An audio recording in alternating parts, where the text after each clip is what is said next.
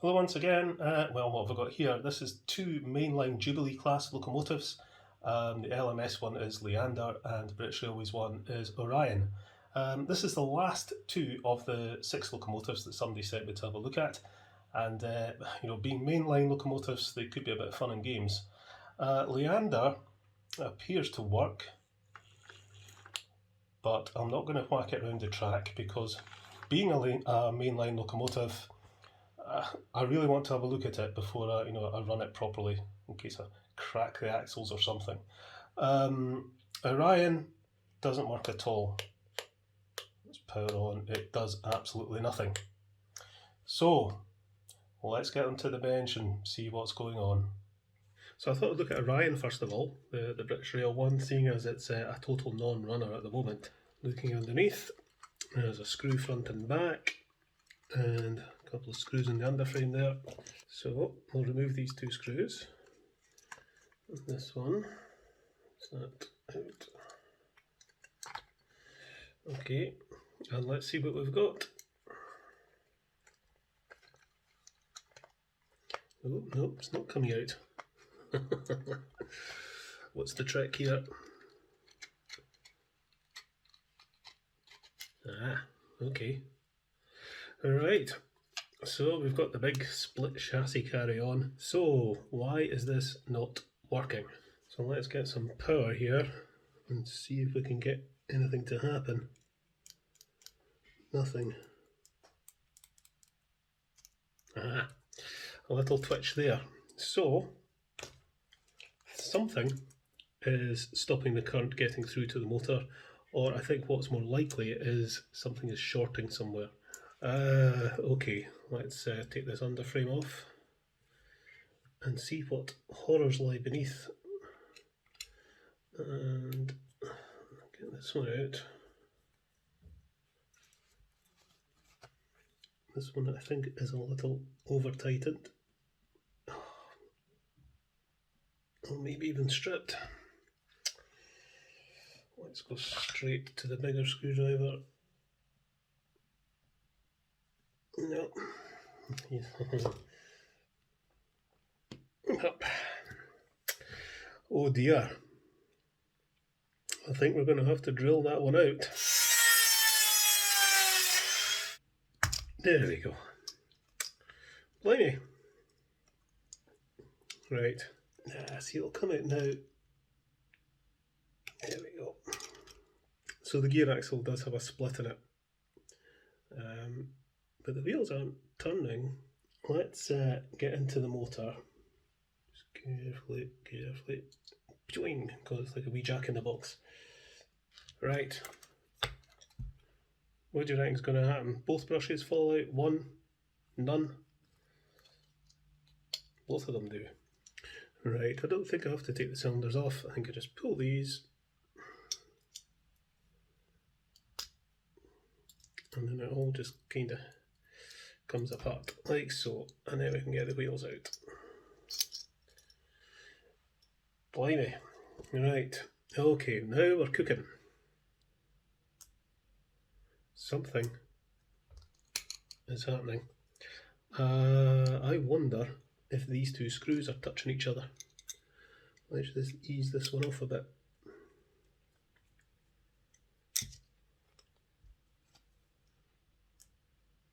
Nope. Ease this one off a bit.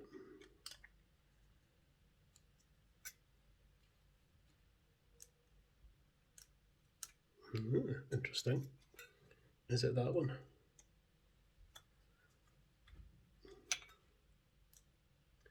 Yeah, it's these 2 screws here. There's a screw there and a screw there, and I think they're going too far in. So I'm going to back them off.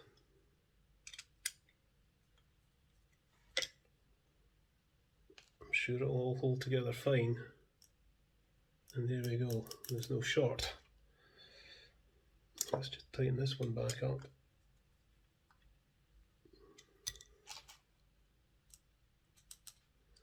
Right, so there we go, that was causing a short. I think these 2 screws are sort of going through either side of the chassis, and I think they were touching. Right, okay, let's get the wheels back on. This could be fun. There we are, I think we're there. Just everything has to be just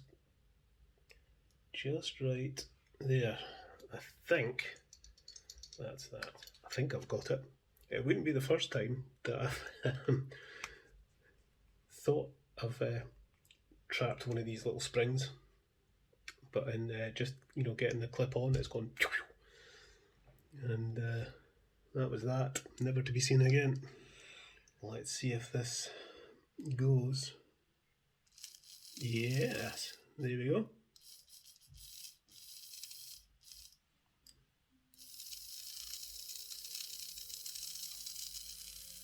So the problem has been those two screws through the chassis were just touching, I think. Okay, I'm going to leave Orion just now because I've solved the problem with the two halves of the chassis shorting, and the motor seems to work. So we'll take it apart again and we'll clean it and do all the usual stuff.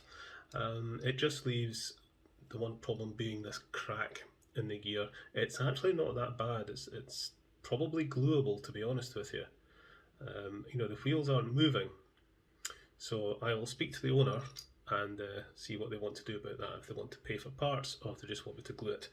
But I think it'd be a good idea to look at Leander and see what's going on with that locomotive, because we might need to get parts for that one too.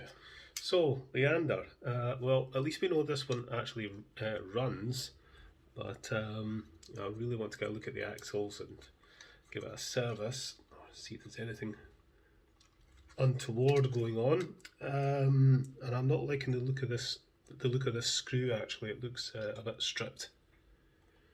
It looks very stripped. Oh crikey. And that is not one I would want to drill out, because that holds the body on. Ah, no, that's got it. That's a relief. I did not want to drill that one out. So having done Orion, I should know my way around this one. Right, let's get a look at the axles. Actually, that's a pass. No cracks. Well, that's good. There's the brushes, there's the commutator, which we'll clean up. And it all just comes away. I'm disassembling this because I really want to see the condition of the gears. The gears could be cracked or all sorts of horrible things. So I don't want to, whack this around the track and then just have it fail after doing a service on it. So I want to make sure everything is in a serviceable condition. Right, is that now going to come apart? Here we go. No cracks or anything, so that's all good. So this is just going to be a straightforward clean up and lubricate, and it should be fine.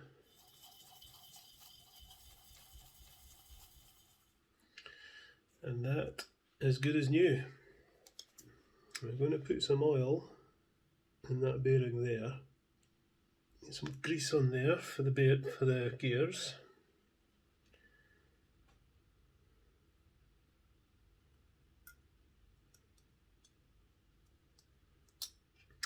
Right, that can be a bit of a fiddle getting that back together. I think I've described it before as being like putting two halves of a fuselage together on an airfix kit. Right, okay, let's get all these little screws back in. And as with Orion, we'll make sure there's no contact between the two halves of the chassis. Okay, we'll just test this. We should get no reading whatsoever. Cool. Okay, I'm going to clean the brushes. I've got a little plastic container here, and I'm just going to squirt some contact cleaner in. Doesn't take much. And then we pop the brushes in. And you can actually see them fizzing away. finger on the top and give it a shake. And you can see the dirt in the contact cleaner there. It cleans them up quite nicely.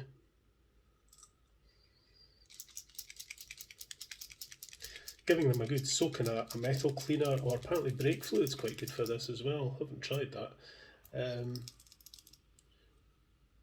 It really just depends how dirty the brushes are, but that seems to clean them up quite nicely and quickly as well, not having to let them soak. Because it's all assembled, these wheels will only go on the one way, so I can't make the mistake of putting the wheels in upside down, because if I do that, boy do you comment. Right, so I'm back on Orion, and the owner got back to me and said, just glue it, just glue the axle, which is fair enough. I think a little bit glue just on the end of a pin here, and this is just normal super glue. I'm not using the gel stuff because I want this to seep down into the crack. One or two people have mentioned about using baking powder or bicarbonate soda as an accelerant for super glue. I do know all about that. I've used that on various projects in the past for all sorts of things. So it works really well in most cases. However, I've found, in my own personal experience, I've found that when you use the baking powder or bicarbonate soda as an accelerant, the things that you're trying to glue together don't bond quite as well. I think it sets the super glue too fast before it actually gets, a proper bond between the two things you're trying to glue together. So what I've done here is I've put enough super glue to seep down into the crack, and I'm going to let that set. If I was to apply baking powder straight away to that, it's going to set the glue instantly, but I still don't think it would get into the cracks and bond with the plastic and the metal the way I want it to. So it's best to leave that alone for a couple of hours, let it set, and then we could add another coat of super glue, but I don't think it will be necessary, because say that crack I think will be filled up with hardened super glue and it should be good. There's no need for baking powder in this instance, it wouldn't do anything. Okay, on Leander, just as a precautionary measure, I've super glued the plastic bit of the axle as well. As I say, it's not cracked, but I just thought give it a good coat of super glue and that'll seep into the metal parts of the axle and hopefully stop that from becoming a problem. Right, so all I need to do to both locomotives now is lubricate them up and put them back together. So I've decided to use moly grease, which I use on gears and other things. It's a good lubricant. This is the Hobby Lube HL656. I think it could work very well on these mainline axles because it's a good lubricant. It stays put. It's not going to go everywhere like graphite powder or a very low viscosity oil. It contains molybdenum, which I understand is reasonably conductive. So I think this should work pretty well. It certainly won't do any harm. So we'll put a wee spot in each axle.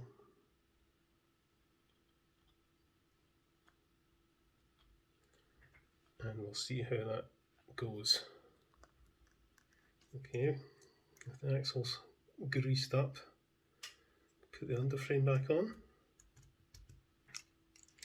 And we shall also just put wee spots of oil on the linkages. Okay, so now we've got it all lubed up, put it on the test track.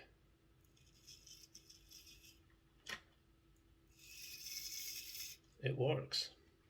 So we shall do the same to Orion and then we'll get them back together. Okay, so fit the body shell on. It's quite a snug fit. Come on. There you go. Screw that one down. And screw that one down, not over tightening them. And there are Orion and Leander all back together again and hopefully working. Let's go and stick them on the layout and see what happens. Okay, I'm going to try Orion first. Being a mainline locomotive, it is going to be noisy, but hopefully it'll run okay otherwise. So we'll power on gently.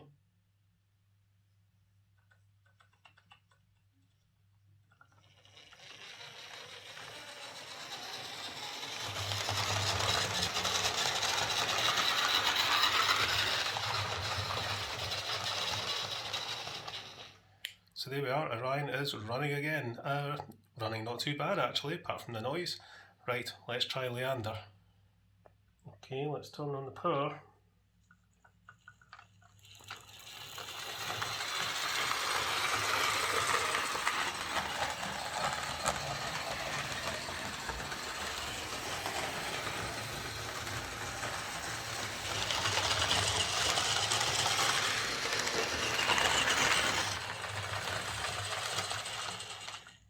And that seems to be running okay too.